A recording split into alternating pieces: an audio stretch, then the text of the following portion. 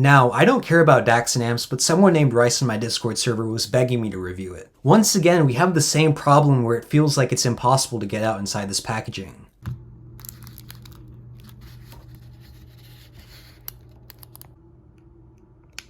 Clicked in place, does not go further. Clicked in place, does not go further. Don't think this matters, but plugged in IEM. And there's, I'm in the sound output.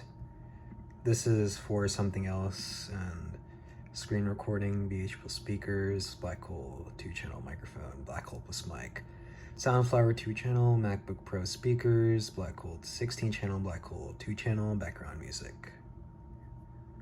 No results here are for the Hidizs S9 Pro.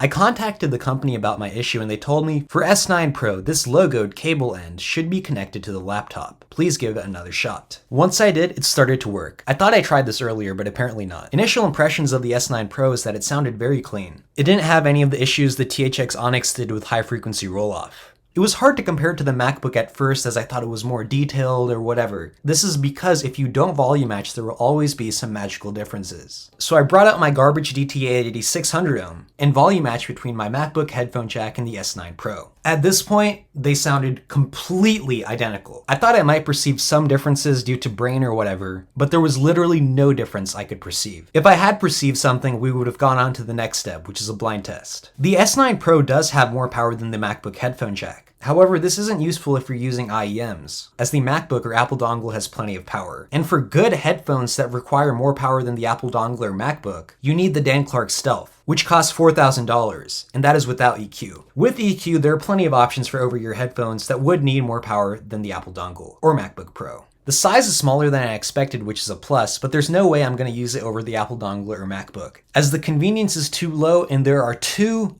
other major issues. The first is that the LED on the S9 Pro is blinding in dark environments. I don't know why these companies keep putting lights on their DACs and dongles or whatever. These are not Christmas trees. I want to look at my computer screen or TV with no distractions. You can kind of mitigate this by turning over the dongle, but this doesn't completely work as it's impossible to make it lay flat.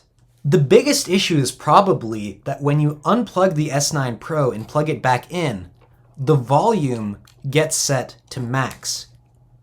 This is a huge deal breaker. Imagine having to do this every time you unplug and replug this device. One time you might forget to change the volume and burst your eardrums. Now, I don't know if this is an issue on Android phones or Windows, but if you're on a Mac, I highly recommend against getting the S9 Pro. But yeah, as far as a decent DAC amp goes, there's no difference in sound quality except from loudness.